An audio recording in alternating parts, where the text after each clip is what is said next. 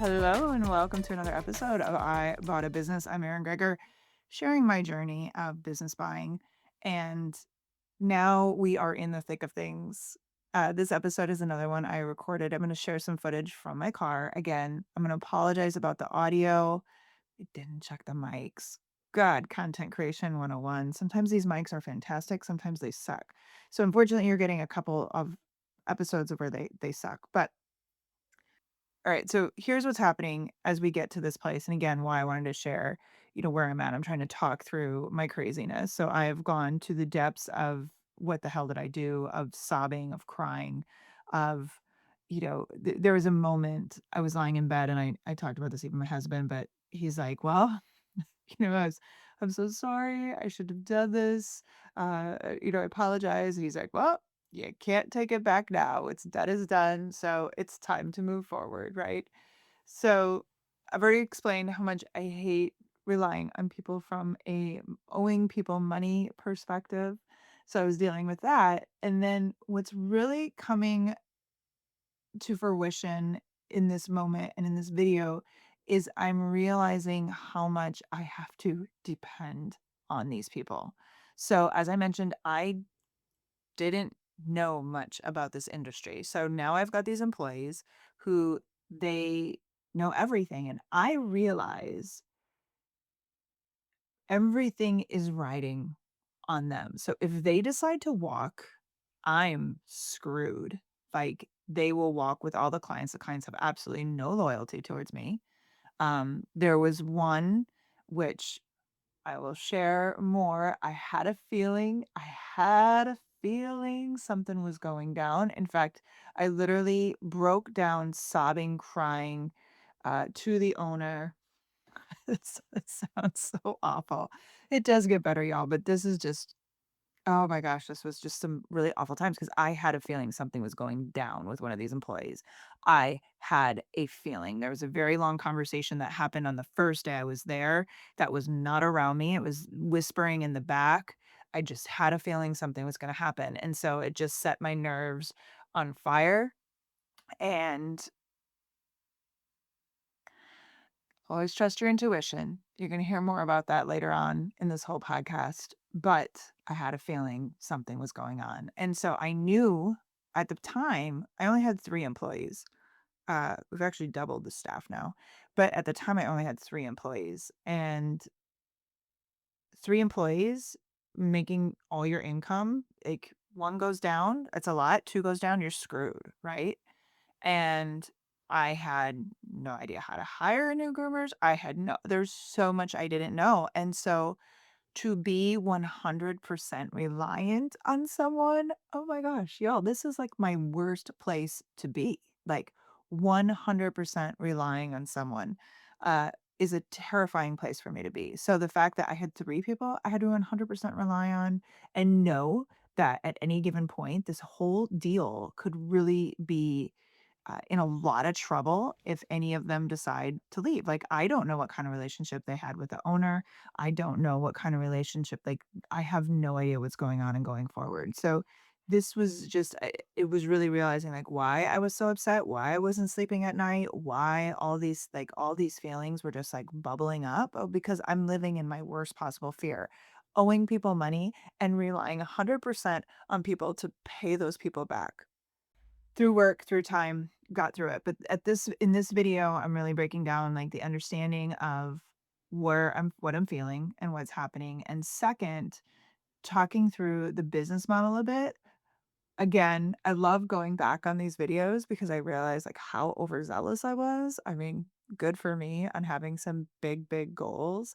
But I also realize like how big they were, especially with a one-man show of building it and just the also true is I had to learn this business before I even started adding stuff. So I talked through a bit of the business model, what I see it happening, what my goals are, what I wanted to get through. And it was still, I would say for the first month was just a uh, I'm being generous. Let's just say, I think the first 5 months were this roller coaster of rockiness where every time I think I had a handle on it, there was a big funny laugh happening somewhere else and curveballs coming. And Even to this day, as I record this, we're 6 months past. I still feel uncomfortable saying I think it's going well, uh, but we get there. So again, I apologize for the audio.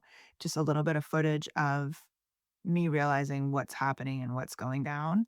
And as always, thanks so much for watching.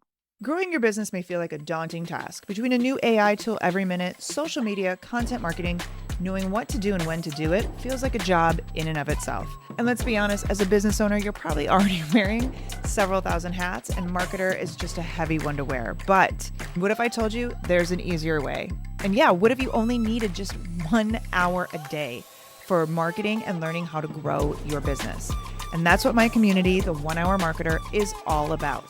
We do all the work for you in reviewing AI tools, creating the system that works for you, that's easy for you to follow, and gets your business growing in no time.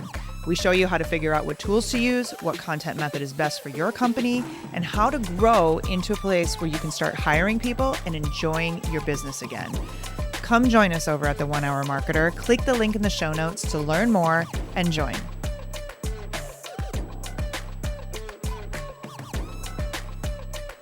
I bought a business. If you're watching this on video, I apologize. It is 6:30 in the morning. I just dropped my son off at football practice and I'm on my way to the studio and just waking up right now. So I wanted to get this out though. Of course, I'm driving. I'm just trying to get these done. I have had the business now for not even a week. The last one I recorded, I was a mess. I was a wreck. I was very just overwhelmed by the thought of what have I done. Now I feel a little bit better. I can be honest with you. That whole thing, it was terrifying. It's terrifying knowing how reliant I am on people. However, any business, you're reliant on people. Now, obviously, the bigger you get, the more you can move around. But anytime you've got appointments like that, there could be a day that somebody gets sick and you're going to have to maneuver. And I mean, it's just like anything. If somebody is that inflexible, where you're like, hey, your person is sick or whatever, I think the schedule is just so tight that, like I said, the overwhelm of everything it was a lot. So anyway, I also was just creating fear. Like you're adding all these potential risks to your plate, that all these other things could go wrong, and you're just like, okay, I just really hope they don't go wrong, fingers crossed. And it's nerve-wracking, and it was just all encompassing all at once. And now it's baby steps to mitigate this. Like I had mentioned, we had a bad review. It was a competitor. I reported it. If it doesn't get taken down, I will kill her with kindness and come up with a very probably passive aggressive post, let's be honest. But I won't. I will be kind and just be like, I've already got it planned out, so we'll see. I'll fill you in on that one. And again, I've come up with a plan of how do I get people to give us more reviews and all of that stuff. I already have my plan in place. So I've set these goals for myself of where I want to be by September of next year. So I bought this in September. By the close of September, I want to be at a 50% increase in gross revenue. I think it's very possible. I know it's very possible. It is putting 2 full-time people into the mix that can get me there. So it's definitely possible. So that's really my main goal. And then I'm really breaking this out into a month by month basis. I don't like right now, we've got the self-serve side. It's very hit or miss.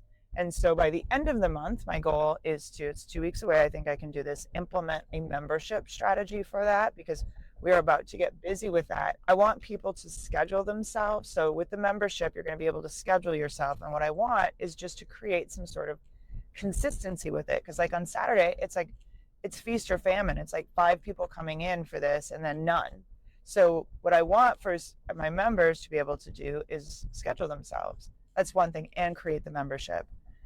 We're going to see how the membership goes. I'm also going to implement leave us a review on Google, and I'll give you a free something. I got to figure out what that free is. I'm in this process of researching that. So that's another, by the end of September. We'll have the website done, have those things implemented by the end of September. And start running ads. I've taken over the social media. I'm starting to post every day. And I know this is probably a lot. I probably should just give myself another week to learn the business, but we're rolling. I got my first orders in, did a little shopping, had a little fun. I think I feel more excited about it. So those are my goals. By the end of November, or I'm sorry, by the end of October into November, I want the shampoos and the washes to be on a monthly schedule. I'm going to simplify all the pricing by the end of the year to a one system, because right now she's got this point of sale system and it's terrifying because it's on a computer that's probably super archaic, and if that thing goes down, we're screwed. So I'm happy to lay out these things in the show notes because I want to just, like, this is what goes in my brain. These are the details in my head of like, here's what I want to do, here's how I want to do this, and here's where I see this potentially going. So that is where we're at right now. What was really sweet and really cute, which made me feel a lot better too, was my daughter came in and was like, this is my heaven. Like, she was really excited about it. I know it's a novelty. I know it can be worn off, but to see her at least see this come to fruition and come to life and, be excited about it. My son was excited too, don't get me wrong, but it's like totally up my daughter's alley. So, I mean, I look at it too that baby steps, right? Maybe this is something she wants to grow with me. Maybe this is something she doesn't never want anything to do with, but it's a business that's there by the time, I may want to retire. Maybe she'll want to take it over. I don't know. So it was just sweet having that opportunity. But I feel better. I feel very, very, very much better. And like I said, now it's a matter of getting the social media out. Now it's a matter of just kind of taking control of this thing. And I have one more week with the owner there. I need her. There's just so much to learn. It's honestly the scheduling thing that's freaking me out and just getting people in. And I know what time that'll get there. It's hiring. That's another thing I'm doing, is hiring a groomer.